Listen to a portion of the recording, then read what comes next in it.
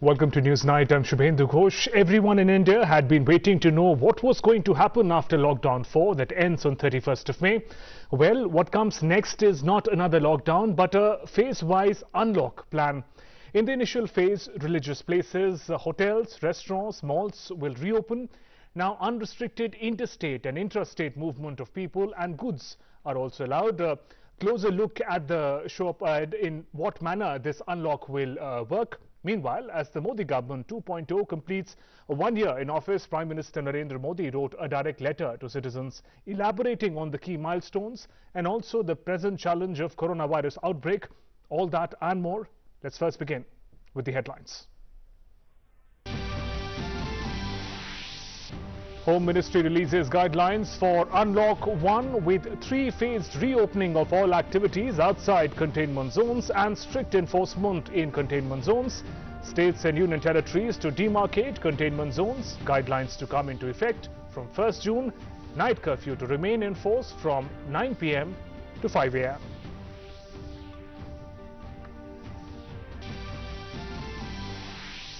Unlock within economic focus allows opening of restaurants, hotels, malls and religious institutions from 8th June. International air travel, metro services, cinema halls, gyms and swimming pools to remain closed. Decision on opening of schools, colleges, educational institutions to be taken under Phase 2 in July. Dates for Phase 3 are yet to be decided after assessment.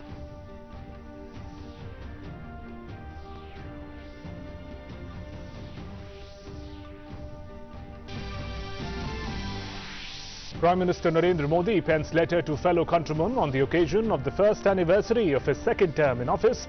Highlighting the achievements of the government, Prime Minister asserts India will set an example in the economic revival, reiterates country's resolve to combat COVID-19 pandemic. Letter to reach out to 10 crore families across the country.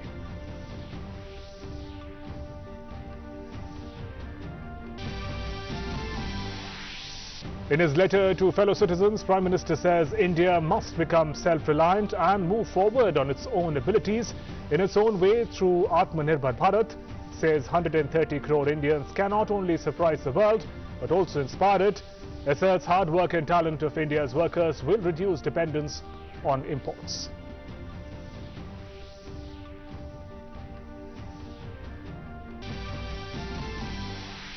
On completion of 1 year of Modi government's second term, Bharatiya Janata Party holds several online events to highlight the achievements of the government. Party chief JP Nadda says 250 virtual press conferences and 500 virtual rallies being conducted to mark the occasion.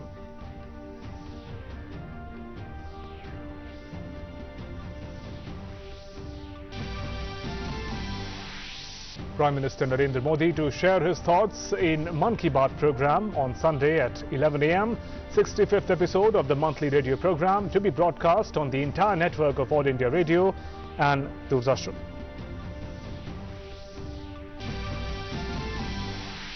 And in a major positive development, active COVID-19 cases in India come down to 86,422 with 82,369 recoveries and 4,971 fatalities. Recovery rate across the nation increases to 47.40. Globally, coronavirus cases rise to over 59.4 lakh, while death toll crosses the 3.65 lakh mark. Now, the government has announced Unlock 1 after the lockdown of Phase 4. Let's look at the guidelines that have been issued related to Unlock 1. Unlock 1 released to it's going to be in 3 phases. Unlock 1 will have economic focus. It will play out in 3 phases and is focused towards reopening of economy. All prohibited activities will be allowed outside containment zones. However, strict enforcement of lockdown in containment zones will continue. States and union territories will demarcate the containment zones. Only essential activities will be allowed in containment zones. International air travel, metro services, cinemas, gyms, pools to remain closed. Phase 1 of Unlock 1 will start from June 8th. Phase 2 of the Unlock 1 in July 2020. Now, unrestricted movement of people and goods are allowed. Night curfew to remain in force from 9 p.m. to 5 a.m. In phase 1, from June 8th, religious places and places of worship are going to open. Restaurants, hospitality services will also open up. Shopping malls will open. In phase 2, decision will be taken on opening of educational institutions. And for that, states and union territories will hold consultations to stakeholders. Phase 2, standard operating procedures are going to be decided by the Health Ministry. Dates for phase 3 are to be decided after assessment. Social distancing will remain a norm. It will be a must. And protection of vulnerable persons will also continue using the Arogya Setu app.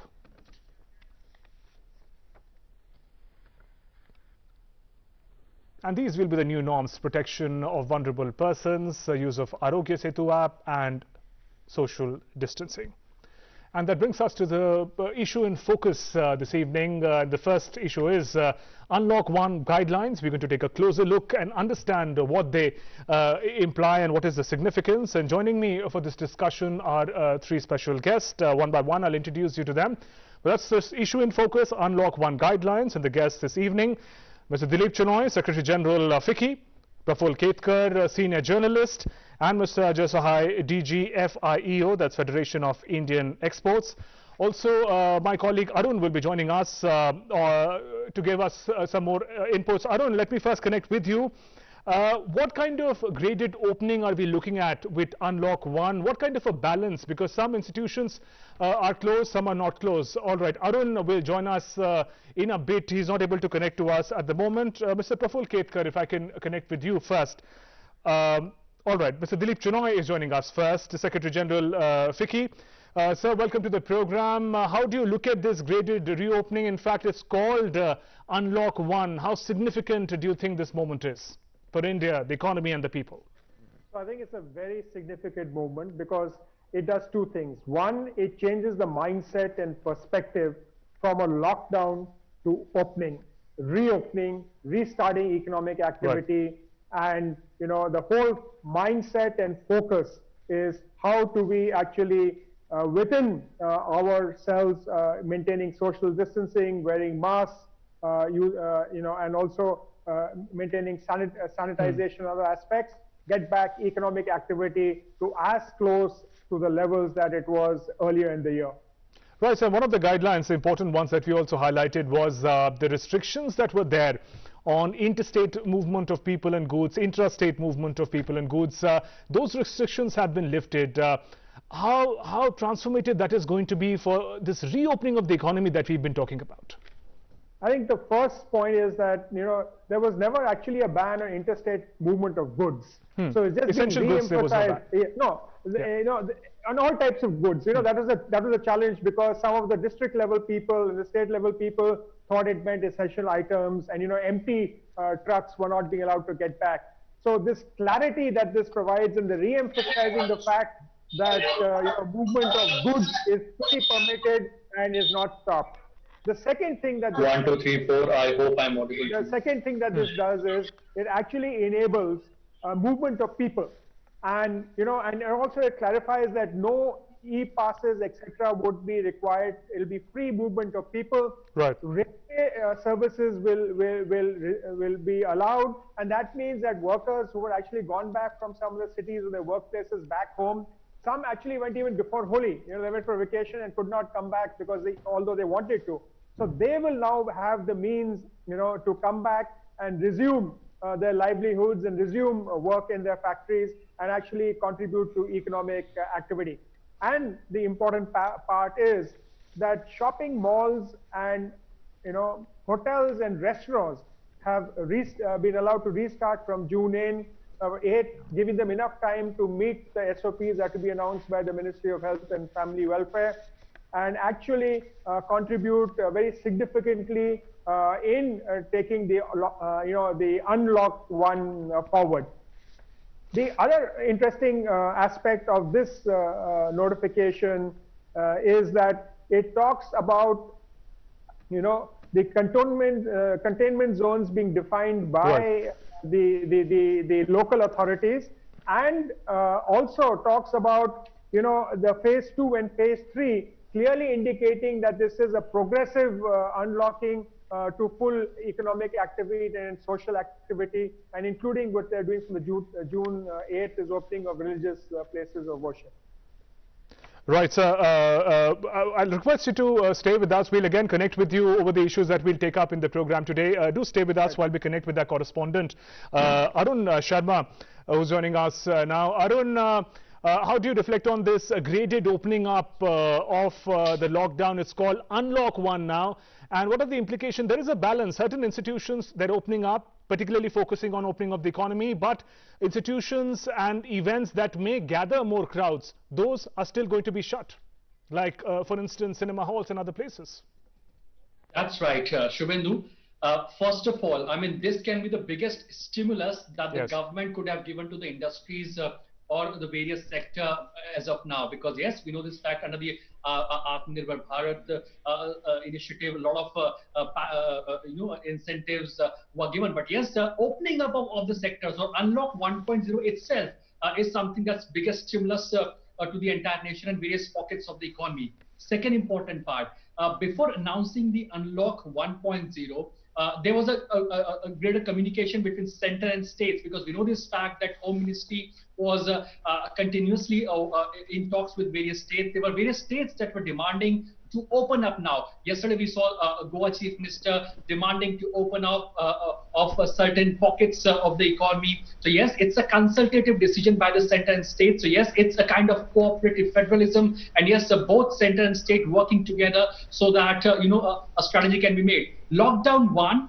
was different from lockdown 2. Lockdown 2 was different from lockdown 3, and of course 3 was different from 4. But now lockdown 4, I would say that it was a last lockdown. Now the focus is on opening up going forward. And we should not forget one thing, that amendments will be made. If you look at and recall, Shubhendu, in lockdown 4, the domestic travel was not allowed. But as the center and states, they talked to each other, within 48 hours, the lockdown 4 guidelines were amended. And of course, the domestic travel was started from 25th of May.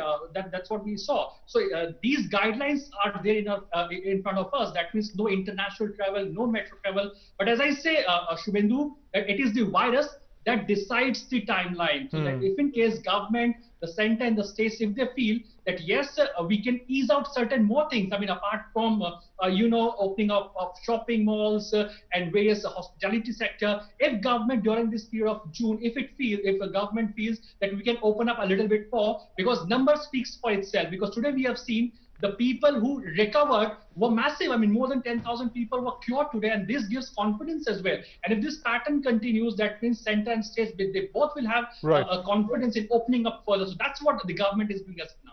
Right. Also, Arun, very briefly, it is a major opening up, of the society, of the economy after 4 different phases of lockdown. Now, but we're not letting our guards down. The challenge of coronavirus remains as serious as ever.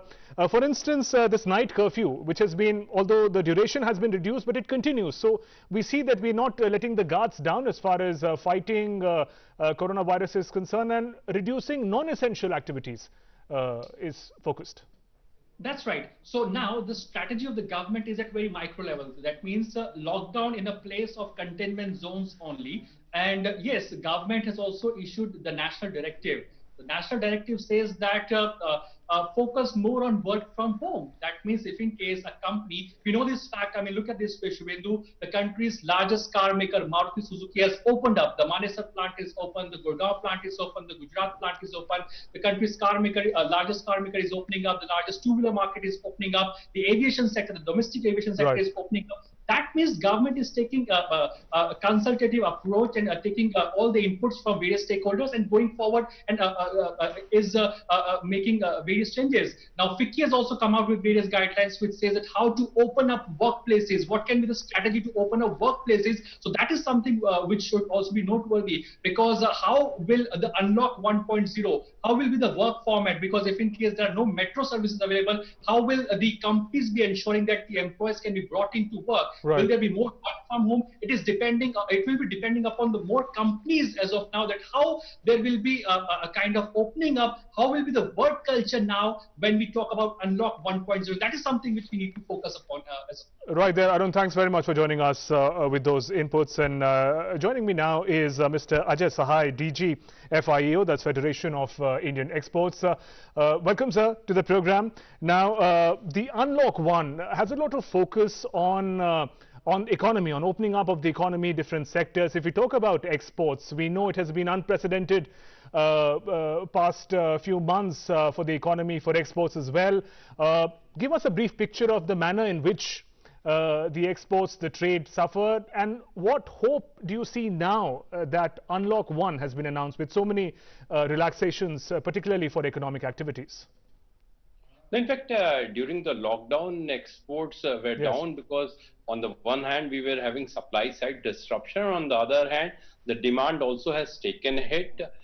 Demand is slowly improving, but at least with the lifting of the lockdown, I'm sure we will be able to bring back the disruption in the manufacturing and supply chain. So lockdown has been definitely be little bad for the export sector, but this is not something which was exclusive to India. It's a global phenomena. But now we are seeing that since government is gradually lifting the lockdown, manufacturing coming back on track. And over a period of time, we hope that slowly we will bringing down the reduction in the decline in export growth. And over a period of time, we will bring it at par where we are. But definitely it has to going to be a long drawn process, because in a lot of sectors, demand will take a little more time to come back to the normal situation. Right. Mr. Sai, also these are government guidelines for relaxation of the lockdown. It's called Unlock 1. But what does it mean for the industry to really come back and perform in full speed and potential? We were looking at how mask, social distancing, these practices are going to become a norm. How prepared is the industry, workers, to sort of live up to that sort of an expectation? No, in fact, for the large company, it may not be that kind of challenge, but for the SMEs who are having very little space, so social distancing norms is creating a problem. In many of the sectors, like if you're talking about the shoe manufacturing, you are talking about the apparel, hitherto, after doing one of the process, the product was being passed on to the other worker. Now, if you are having a distancing norms of 6 feet, whether you are going to have the conveyor belt, how the goods will be passed on from one worker to other. Now, many of the factories may not have the adequate space to provide for these kind of social distancing. So, but industry has to live with these kind of challenges. Particularly in the exports, we feel that industry has to quickly adopt these kind of standards, because it is emerging as a new kind of non-tariff measures. And a lot of inquiries when coming to India, they are also asking the supplier whether they are maintaining all these requirements in their production process and also in the supply chain.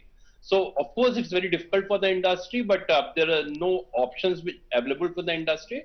And particularly in the international trade, we have to live with these kinds of challenges. Right. Mr. Sai, also the sector that you overlook, that you take care of, Indian exports, it concerns engaging with countries across the world. Now, given that this pandemic, this is a global outbreak, every country has suffered in the manner, they're still trying to recover, open up their economy.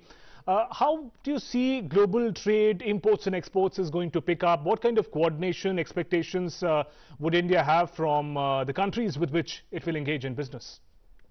In fact, I think the biggest problem which we are facing today is that COVID-19 is a pandemic, and I think its fallout has been totally across the border, but we are increasingly looking into the localization to address, which is something which is equally worrying for every one of us. This is a time where we require more international cooperation, and probably globalization should be at our driving seat, but that's not the trend anywhere. And that's why we feel that international trade will take a hit. Not only in 2020, in 2020, we are expecting around 30% decline in international trade. In 2021, we will be little improving, but that will be on a very low base.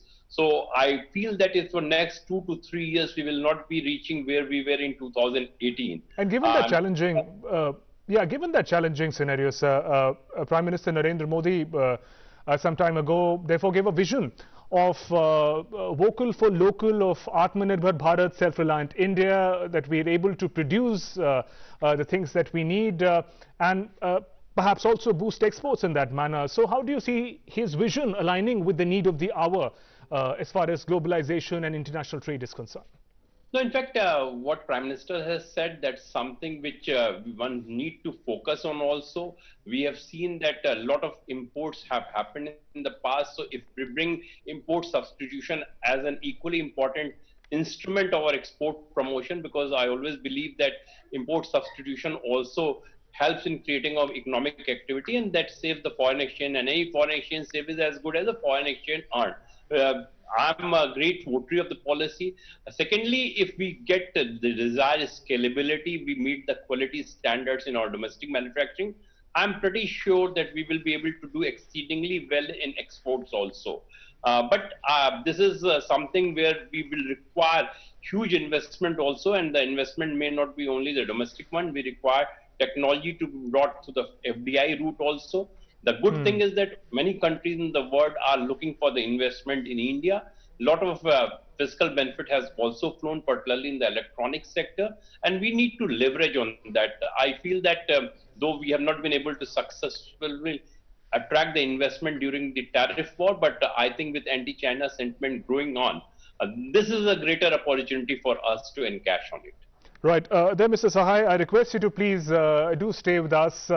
We'll again connect with you on the other stories and issues that we're going to take up. A couple of hours back, in fact, the guidelines for Unlock 1 were announced. Let's see the reactions that have come in for it.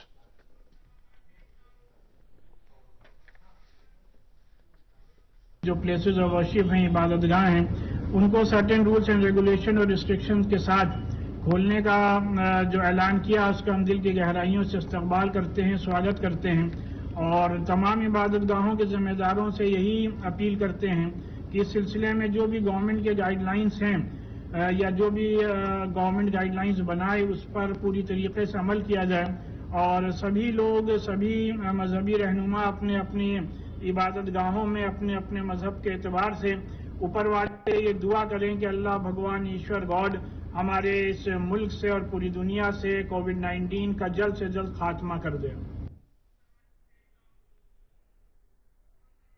लगातार हम सब मान रहे हैं कि चुनौती है, लेकिन जहां खतरा है वहां पर हमें सावधानी रखने की जरूरत है और जहां पर कम खतरा है वहां जिम्मेदार जितने भी हमारे संस्थागत क्षेत्र हैं उनके ऊपर भी एक जिम्मेदारी छोड़ी गई है, जैसे होटल है या रेस्टोरेंट है, जो भी क्षेत्र खुलते हैं वो सब भी आखिर एक जवाबदेह इंस्टीट्यूशंस हैं और इसलिए मुझे लगता है कि हम सबको कोरोना के इस खतरे के साथ अपनी जिम्मेदारियों का निर्वहन करने का मौका सरकार ने दिया है और इससे वास्तव में जो लंबे समय से प्रतीक्षारत हमारे उद्योग थे उनको राहत मिलेगी और शायद ये देश की बड़ी ज़रूरत थी जिसे खोलने की कोशिश की है।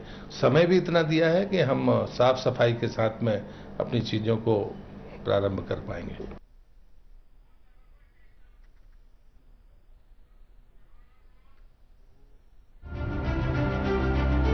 The Modi government 2.0. All right, we now move on to another big development and big story, Modi government completing 1 year.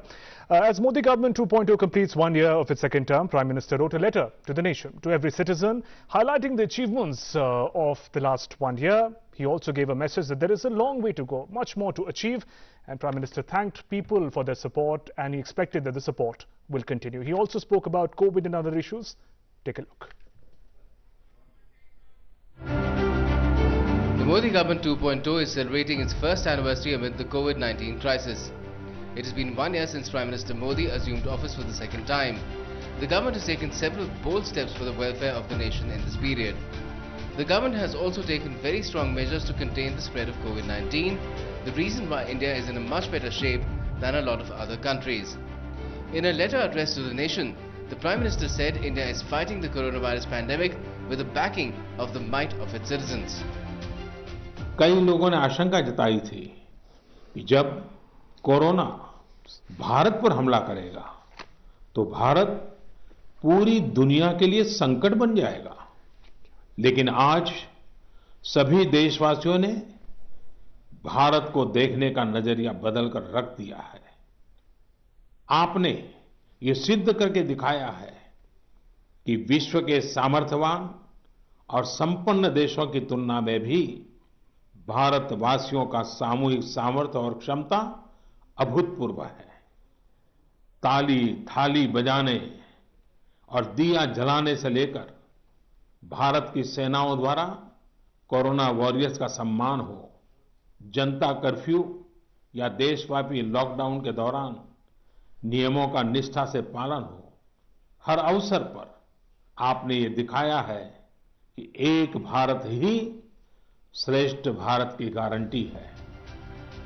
Prime Minister Modi acknowledged that people have faced difficulties due to the nationwide lockdown, but the government is making all efforts to their benefit.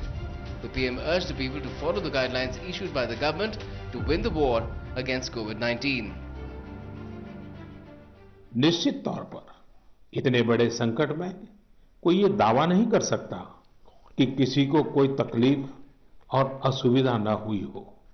हमारे श्रमिक साथी, प्रवासी मजदूर भाई बहन, छोटे छोटे उद्योगों में काम करने वाले कारीगर, पटरी पर सामान बेचने वाले, रेहड़ी ठेला लगाने वाले, हमारे दुकानदार भाई बहन, लघु उद्यमी, ऐसे साथियों ने असीमित कष्ट सहा है।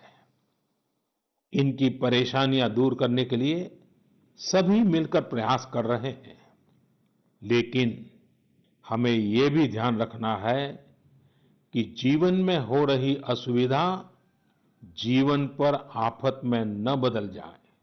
इसके लिए प्रत्येक भारतीय के लिए प्रत्येक दिशा निर्देश का पालन करना बहुत आवश्यक है।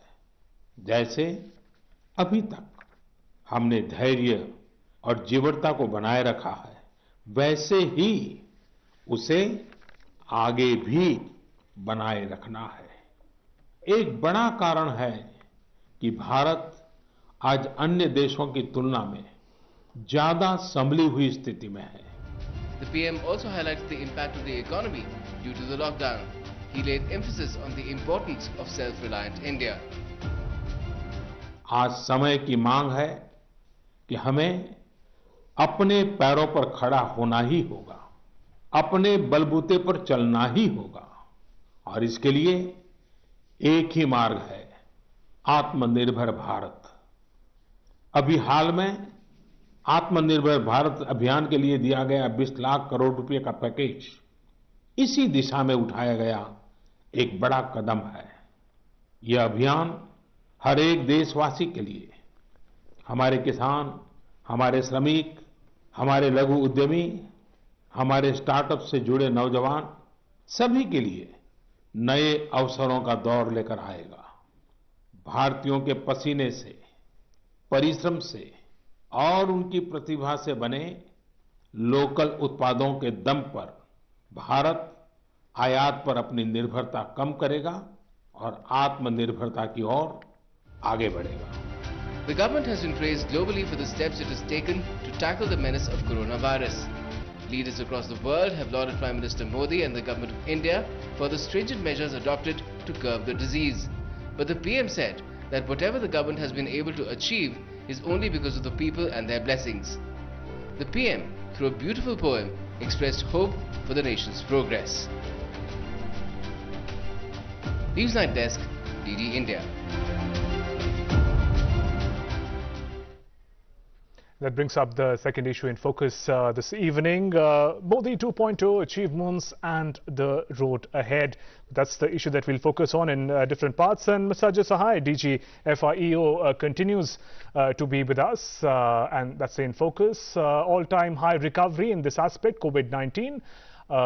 That's also an important development that has happened today, but we'll talk in context of Prime Minister Narendra Modi completing 1 year in office. Mr. Sahai, again, going back to the Atmanirbhar idea that Prime Minister says, and also the mega Atmanirbhar package worth over 20 lakh crore that was announced earlier.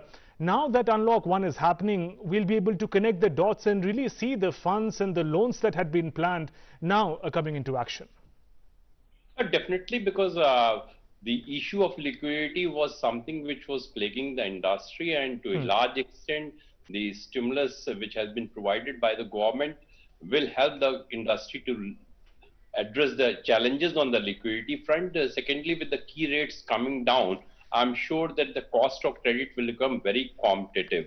And banks will also be encouraged to lend more to the industry because they will not have the cushion to park the fund with the Reserve Bank of India with the reduction in the reverse repo rate also. So these are extremely good sign for the industry. I think when Prime Minister refers to the Atmanirbhar Bharat, his idea was that we are talking about a self-reliant India and not a self-sufficient India. Let me make the distinction. We are not looking inwardly. We are definitely looking to become a major player. And for doing that, we will be addressing the increasing imports happening into the country. We will bring the domestic availability of these products in the country. We will achieve the desired scalability, and then we will use India as a hub for exports. So I'm sure with the unlocking starting there will be renewed interest of investment also in India, both by the domestic companies as well as the overseas, and we need to leverage on that. And beyond shared economic considerations, Mr. Sahai, how is the industry also looking at the ongoing outbreak, the pandemic? How is that going to influence in the manner in which we go out and work on a daily basis? How do you see that getting impacted? No, in fact, I think industry has now reconciled to the fact that COVID-19 will result in a new norms for the manufacturing, and they are accordingly moving in that direction. I think we have no other options, and that's why this is something which is in the interest of everybody. Industry is coping with that. I'm sure over a period of time, with the increasing sanitization, hygiene, social distancing norms, will be part of the manufacturing, because nobody knows whether we have to live with this disease for 6 months, 2 years, or there will be a second wave also, and therefore we have to prepare ourselves for every eventuality. But point is that any adversity provide the equal opportunity. Sometimes in some of the sectors, we will see major companies gaining also. Pharmaceuticals, packaging industry, they have gained a lot into that. I personally feel that the China image as a reliable supplier, particularly for the food product, has taken a huge hit. And that's why in agriculture export, whether we talk about marine meat, cereals, tea, and a lot of food processing product, India will have huge advantage, because once China is not in a position to cater to these, and there is definitely a lot of fear amongst the importer for other products also, because they feel that many of the countries may come with a China-specific tariff. And that's why these days we are receiving a lot of inquiries. Many orders have also flown from China and some of the countries who are contemplating some kind of China-specific duty. So it's definitely an opportunity also, and I think Indian industry is moving forward for that. Right. Mr. Sahai, do stay with us while we connect with Mr. Dilip Chenoy, Secretary General FICCI once again. Sir, while talking about the response to COVID-19 in the context of his government completing 1 year, Prime Minister quite sincerely also acknowledged the hardship faced by different sectors, and he highlighted the hardships faced by migrant workers, so many of who had to walk back home, but they were provided with trains and other facilities later. How do you see that scenario now leading to, now that we're talking about Unlock 1, we're talking about economy opening up? How do these different elements come together again? Migrants were going back. When do we expect them to return to work? How do you see this situation evolving from here on? Thank you, Shubhendu. I think there are two aspects to your question. There are a lot of migrant workers who've actually gone back from cities back to their place of work. Some had actually even gone back before Holi, because Holi is a festival, and they went back and they plan to come back later, and their jobs exist. Now with the Unlock 1 actually happening, and train services being happening, and also this interstate movement of people that is being allowed, it could be very possible for those migrant workers who want to go back to their places of work and resume work. That will be actually beneficial for them, and the means to do that now are in place, which were not there during the lockdown phase. The second is that because many states like UP and others have and the Ministry of Labor themselves have mapped the skills of a lot of the migrants and where they are. There would be many units where the migrants are that would require people with those skills. So, those skills can actually be utilized in situ. But I think 2 points that were actually made in the Atmanirbhar Bharat package with relation to migrant workers was, this low-cost rental housing for migrant workers. And, this idea has actually seeded an idea in many corporates to see how they can actually now create good quality, low-cost housing for their own workers in and around their factories, and actually enable them to have a better standard of living and ensure availability of labor outside. Just one point which Ajay mentioned about social distancing and about the new workplace. There are a lot of innovation happening in India. You've seen textile companies, some who were closed, others took the opportunity to make personal protective equipment, to make N95 masks, to make face masks. Alcohol companies, if they're closed, some remain closed, others started producing sanitizers. Auto component companies who were under pressure, some of them started making ventilators. So, and a lot of startups who were actually doing a lot of other work pivoted their business models to actually address a lot of COVID-related stuff, including developing social distancing apps. So this whole innovation thing, India as a country, actually this hugely benefited from this. And Mr. Chinoy, really, if I may just add to that, innovation also that is leading to this idea of self-reliant India, really addressing the need that comes up. How do you see that vision crucial, both for the industry as an economy and also for the nation as a whole? It's very important. Self-reliance is actually demonstrated by going from 0 to lakhs in production of all the equipment, the face masks, etc., in a matter of 2 months. Also, unfortunately, the budget, which had a lot of good features, which included reduced corporate tax, benefit for those who want to invest in manufacturing before a certain day at a lower tax rate, and eliminating a lot of, exemptions if you chose a lower tax rate.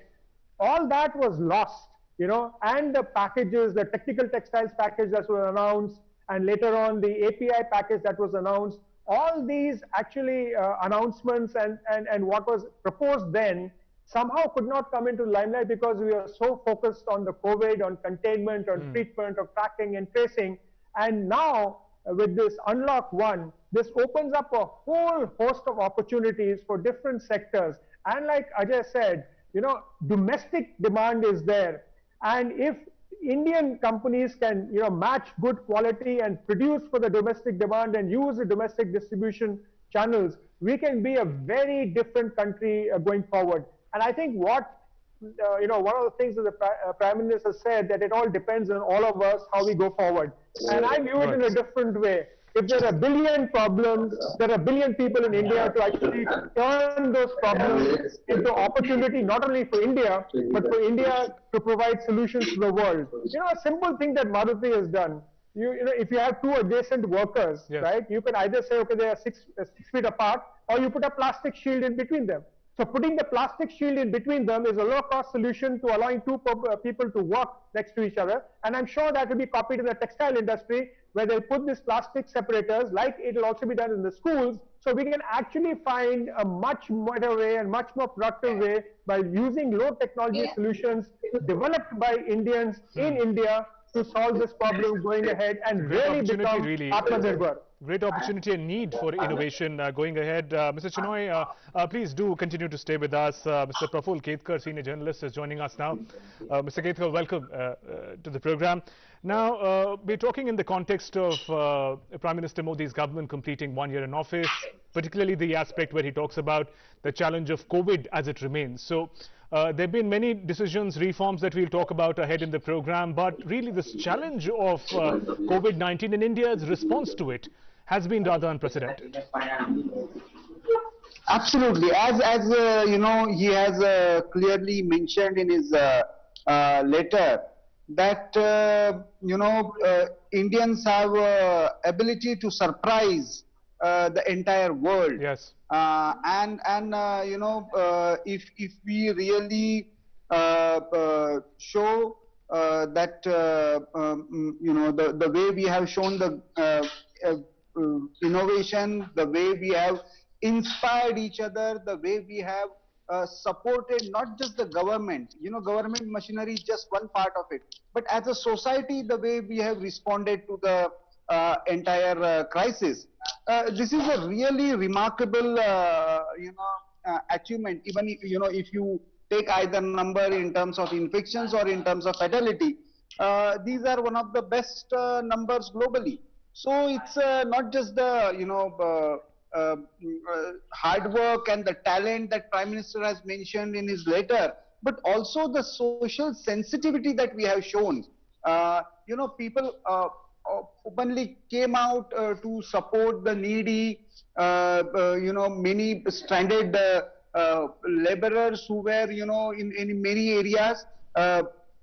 It was the society around them, who took care of them. Most of the laborers chose to go to their original places, not because, some certain arrangements were not made.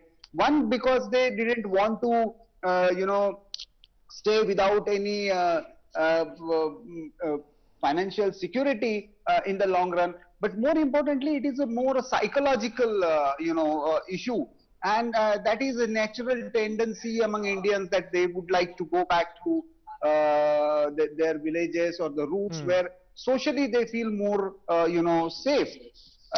But the way we have responded to the entire crisis, the number is... And Praful, I'd like us to stay with the idea of our resilience as a nation, because given that we are the second most populated country in the world, many saw this in fact as a weakness in the face of the pandemic. But the resilience that the country has shown tells a different tale altogether. Absolutely. These many people were predicting it as, a sort of doomsday for India, and some media houses were predicting 2 lakh numbers that will be the fatality. The infections were predicted to be too high. But the way we have dealt with it, and in between there were many hiccups. See, we use this entire period to create a completely new kind of infrastructure, the kind of testing labs that we have created, the kind of quarantine facilities that we have created. And more important than that, while doing so, the way we have managed these numbers, just by railways, if we have managed 55 lakh people to transport from one place to another, this is a huge number by any standard. Globally, many people would not have imagined even to deal with these many people during the corona lockdown. And along with that, we have faced one, almost a super cyclone kind of havoc in parts of West Bengal and Odisha. And there also we have shown, as Prime Minister has rightly said, the resilience of people and the courage also of the people. They came out, they supported each other. We have rescued a lot of people during this crisis. There were unfortunate incidents in between, whether related to accidents of stranded laborers or but if you see the overall numbers in comparison to the way we have all over managed the situation in this 4 phases of lockdown, it is really remarkable. And most importantly, we have done that in a more democratic and participatory way rather than an authoritarian way.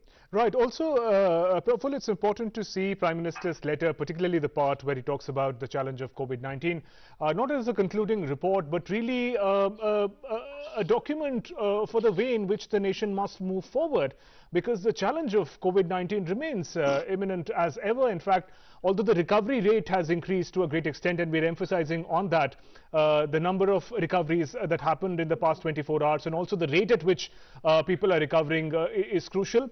But going forward from here, the responsibility, the resilience that we as a people together have shown so far has to continue. That's going to be crucial.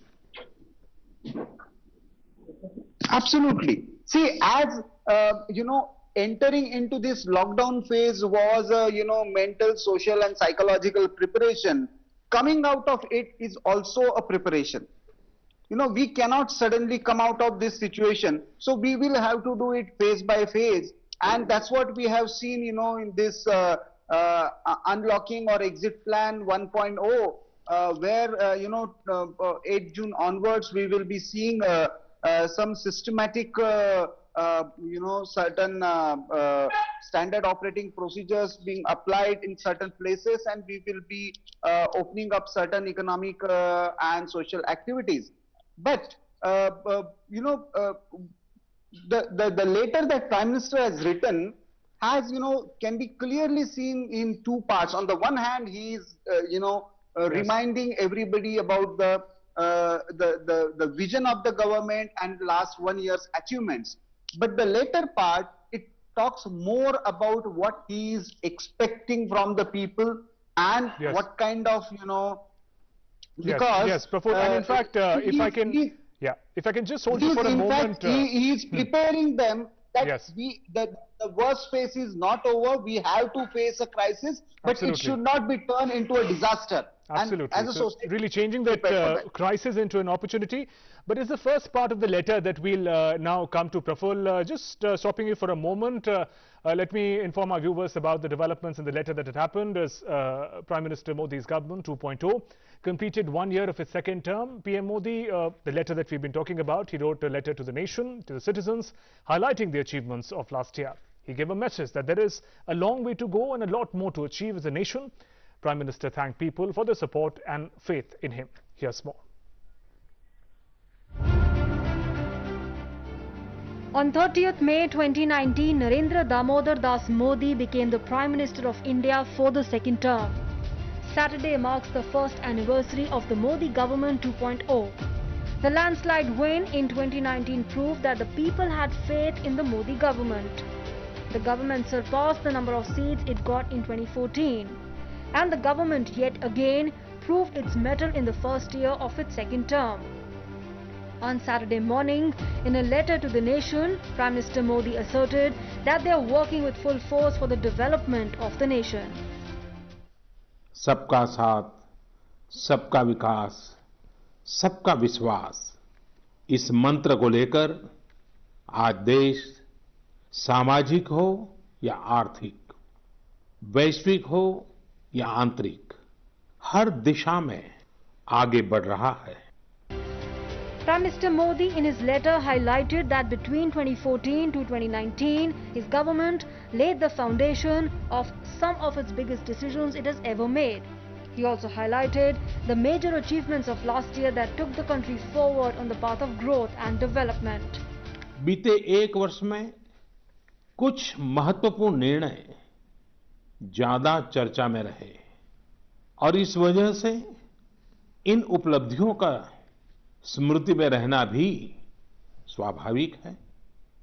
राष्ट्रीय एकता अखंडता के लिए article 370 की बात हो, सदियों पुराने संघर्ष के सुखद परिणाम राम मंदिर निर्माण की बात हो, आधुनिक समाज व्यवस्था में रुकावट बना ट्रिपल तलाक हो या फिर भारत की करुणा का प्रतीक नागरिकता संशोधन कानून हो, ये सारी उपलब्धियां आप सभी को स्मरण है.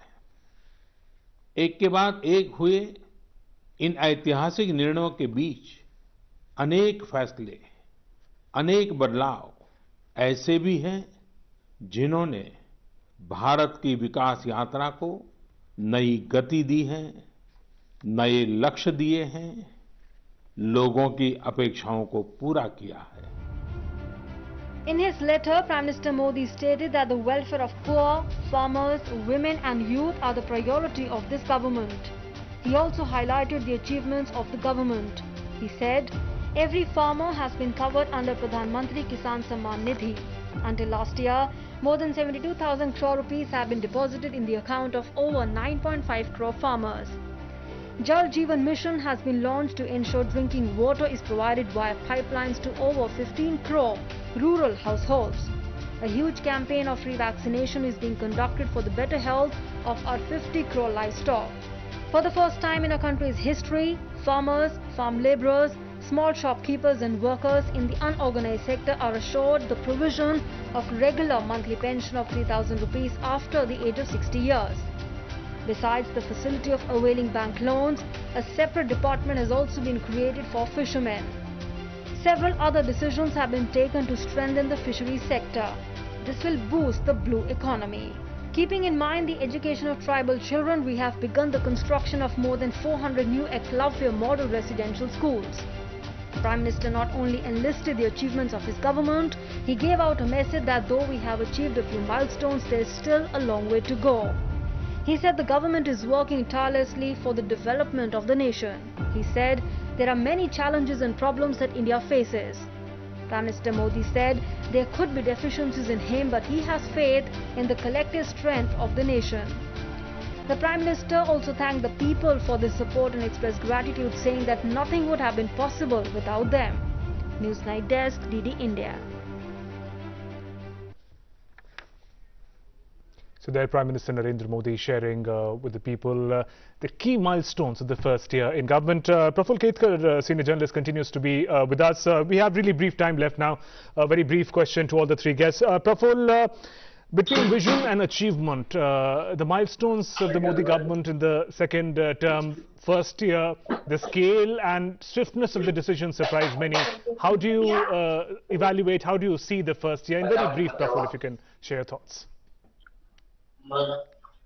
See, it started with new goals and new vision on the infrastructure that was created in the first 5 years, yes. Modi 1.0, and I think two remarkable decisions for me. Besides, often talked about issues like either Article 370 or 35A, or the stand on Ram Janmabhoomi or yes, CAA. yes. These are landmark decisions. But for me, from day one, the way Jal Shakti Mantralaya was created and water was, turned into a critical issue, and the way CDS was created, both these were, from national security point of view and providing water security to everybody with a certain targeted right, Praful. goal. Right, Praful. Key achievements, really, there are many, but we just a little short of time. Thanks very much for your input. Mr. Dilip Chinoy, if I can turn to you. On the economic front, there were several highlights, whether it's ease of doing business, whether India's size of the economy really rising on the global level. What did you see as key highlight on the economic front? Very briefly, Mr. Chinoy, if you could share with us. So three quick points. One, please. The $5 trillion economy vision. I hope that comes back, once the economic activity restarts, because that is putting and focusing the entire country in one direction.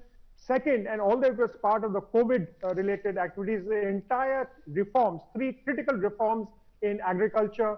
One was the arm gate infrastructure. Second was the removal of the APMC Act. And the third was looking at contracts and legal enforceability of contracts for the farmers, because that will also lead to this doubling of farm income, which the Prime Minister talked about. So these were the three big takeaways for me. Right, and Dr. Sahai, if I can come to you, Prime Minister reiterates the phrase Antodaya several times, upliftment work for the poorest of the poor, farmer, poor, migrant workers. We've seen them receiving the benefits of it. What did you see? How did this vision come into reality in the 1 year of the second term? Very briefly, sir. I think the Prime Minister and the other officers, they have taken huge efforts for bringing Indian agriculture on track. Many of the reforms in agriculture, including abolition of Essential Commodities Act, removal restriction on interstate movement of agriculture products, direct selling of goods by the farmer to the trader, bypassing the APMC, the new agri-export policy clearly shows that government feels that the inclusive growth can only be achieved if you take the rural India also along with in your growth path. Second thing which the government is now focusing is to address the logistics cost, because we all know that India is quite competitive in manufacturing so far costs within the factory are concerned. We become uncompetitive due to high logistics costs. So now creation of infrastructure relating to logistics is very high on the agenda. Thirdly, I think the government, through of course coming out of the RCEP, which was little setback, but I think has given very clear message to the world community that India would not be sacrificing its own interest, and unless our all concerns are addressed, we will not be part of any multilateral or bilateral negotiations. Right. There are many key milestones, and also it sort of sets the way forward. For now, of course, the challenge of COVID-19 remains paramount, as Prime Minister also talks about that. On that note, thank you very much, Dr. Ajay Sahai. Thank you also, Praful Ketkar, Dilip Chinoy. Thanks very much for joining us for the discussion today. So we were talking about Prime Minister's first year in the office in the second term, the key achievements, and how the challenge of COVID-19 as a nation, the resilience of the people is going to be on test. With that, we conclude this edition of Newsnight. Namaskar.